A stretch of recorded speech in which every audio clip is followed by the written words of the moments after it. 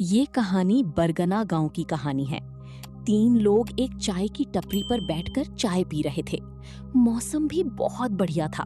रात हो रही थी। जुगनू भी अपनी अंदाज में आवाजें निकाल रहे थे। तभी उसमें से एक आदमी बोलता है,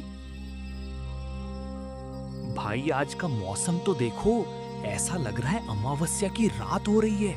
बहुत ही डरावनी रात लग रही है, जैसे कि चाचा की कहानियों में रहती थी वैसी ही रात है, ऐसा लग रहा है। ऐसी ही रात में तो कहानियों का मजा दुगना हो जाता है। हाँ भाई, वो तो है। उनकी कहानियां इतनी डरावनी रहती है कि रात में नींद तो आती है, लेकिन सपने में भी डर लगता रहता है। हाँ भाई, ऐसा तो है। अब ये कहानी हो जाती तो मजा आ जाता, माहौल बदल जाता इस रात का। आखिर चच्चा है ही कमाल। इतना कह के सब मजे में थे। तभी चाचा वहाँ आ जाते हैं टपरी पर। उनके पास आके वो कहते हैं, और भाई क्या चल रहा है? सब बड़े ही खुश लग रहे हो। क्या हो गई, मुझे भी तो बताओ। आखिर ऐसी क्या बात है जो इतना हंसी आ रही है तुम लोग को? आओ चाचा आओ, आपकी तो बात हो रही थी। बिना आपके मजा कहाँ महफिल का। आपकी कहानियां तो पूरे गांव में प्रसिद्ध हैं। आज एक आध कहानी हम लोग को भी सुना दो। मौसम भी अच्छा है और हम सब आपकी कहानियां बहुत पसंद करते हैं। हाँ चाचा, सही बोल रहा है। एक आध कहानी आज सुना ही दो, मजा आ जाएगा। सब चाचा की कहानी सुनने के लिए चाचा से जिद करने लगे कि आज आपको कहानी सुनानी ही पड़ेगी। तभी चाचा टेबल पर बैठ गए और बोले, आओ बच्चों, आज तुमको मैं कहानी सुना ही देता हूँ। आज लेकिन ये ध्यान रखना, मेरी कहानियों को मजाक में मत लेना। मैं जो भी कहानी सुनाता हूँ वो सच्ची होती है। तो ये ध्यान रखना, भूत होते हैं, कभी मत सोचना कि नहीं होते।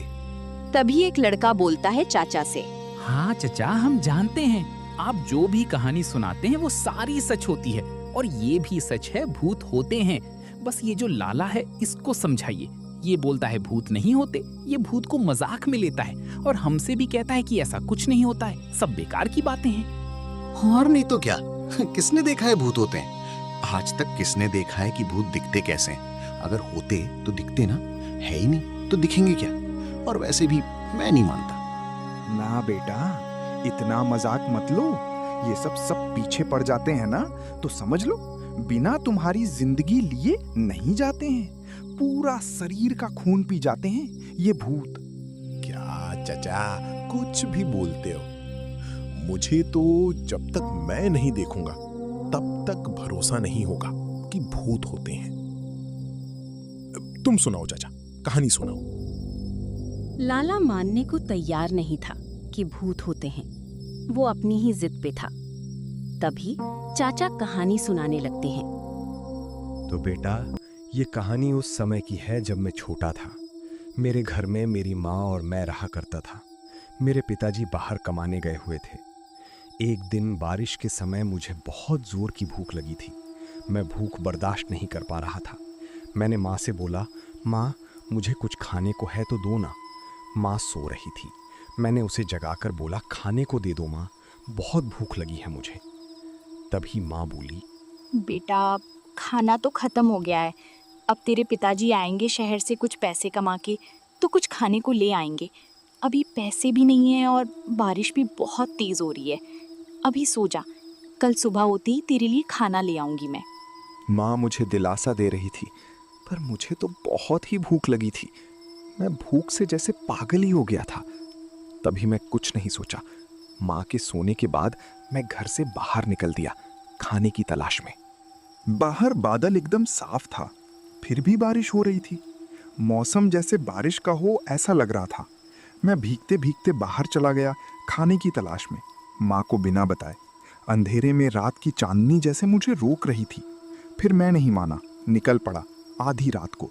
पर मुझे नहीं पता था कि आज मैं गलती कर रहा हूँ बाहर निकलकर।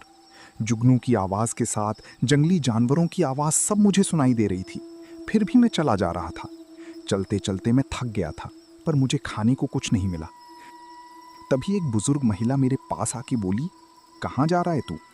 मैं तो डर गया था, पर दम दिखाते हुए मैं उसके पास गया, उससे कुछ मदद मिल जाए इसकी उम्मीद में। पास जाके मैं बोला, दादी मुझे बहुत भूख लगी है और मेरे पास खाने को कुछ नहीं है। मुझे थोड़ा खाना चाहिए, मिलेगा क्या? हाँ, पर तुझे मेरे साथ चलना होगा। मेरे घर चलेगा तो बता, वहाँ मैंने बहुत कुछ बनाया खाने को तेरे लिए, खास खास पकवान भी मिलेगा तुझे। बस चल जल्दी। मुझे भूख लगी थी बहुत तेज, पर मैं मना नहीं कर पाया। मैं चल दिया उसके पीछे पीछे, उसके घर जो जंगल के अंदर था, गहरे अंधेरों के बीच। मैं उनके पीछे पीछे जंगल के अंदर चला जा रहा था। अंधेरा और घना होते जा रहा था। मुझे डर भी लग रहा था, पर मुझे खाना चाहिए था, तो मैं बिना सोचे उनके साथ चले जा रहा था। और जाते जाते मेरे मन में अजीब अजीब ख्याल भी आ रहे थे कि माँ को मैंने कुछ बताया भी नहीं है और वो परेशान होगा अगर घर में मुझे नहीं पाएगी तो। तभी मैं इतना सोच के रुक गया। वो बुजुर्ग महिला बोली, क्या हुआ बेटा, तुम्हें खाना नहीं खाना क्या? चलो, बस थोड़ी ही और दूर पर है मेरा घर, तुम्हें मैं अपने हाथों से खिलाऊंगी। बस एक बार मेरे साथ चलो मेरे घर। मैं बहुत दिनों से तुम्हारा इंतजार ही कर रही थी। आज आए हो मेरे पास, मैं तुम्हें वापस जाने नहीं दूंगी। इतना जैसे ही वो बोली, मैं डर के मारे वहां से भागा। भागते भागते एक पेड़ के नीचे जाके छुप गया। थोड़ी ही देर हुई थी, वो औरत वहां भी पहुंच गई। मैं फिर से भागा। थोड़ी दूर भागते भागते थक के जमीन में गिर गया और जब उठा तो वो औरत मेरे सामने खड़ी थी। उस औरत का चेहरा देखकर तो मैं बेहोश ही हो गया। आंखें उसकी लाल हो चुकी थी, उसके बड़े बड़े नाखून थे और उसके दांत जैसे जानवरों में उनकी तरह थे।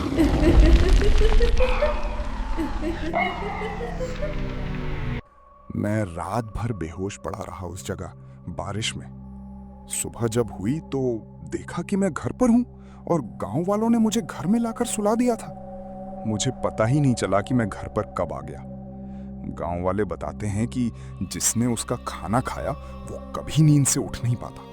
तुम बहुत किस्मत वाले हो कि तुम उठ गए, नहीं तो जो भी उसका खाना खाया वो उसी के घर कैद हो गया। तो बच्चों, तब से उस गांव में रात में घर से बाहर कोई नहीं निकलता। ये मेरे साथ की घटित सच्ची कहानी है। अच्छा चाचा, वो लोगों को खाना खिलाने के बहाने ही क्यों बुलाती है? क्योंकि बेटा, बहुत साल पहले वो भूखों के लिए गांव में भंडारा करा रही थी, बहुत खुशी से, क्योंकि उसके बच्चे नहीं हो रहे थे। तो एक बार वो मंदिर में मन्नत मांगी कि मेरे बच्चे हों, और उसकी मन्नत पूरी हो गई थी और वो भंडारा करा रही थी। बगल के गांव में एक औरत को उससे बहुत जलन था।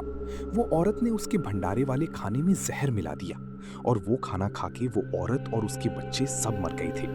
गांव वाले डर के मारे कोई उसके घर भी नहीं गए और उनकी लाश वहीं पड़ी पड़ी सड़ गई। तब से वो हमेशा लोगों को खाना खिलाने का कह के अपने साथ ले जाती है।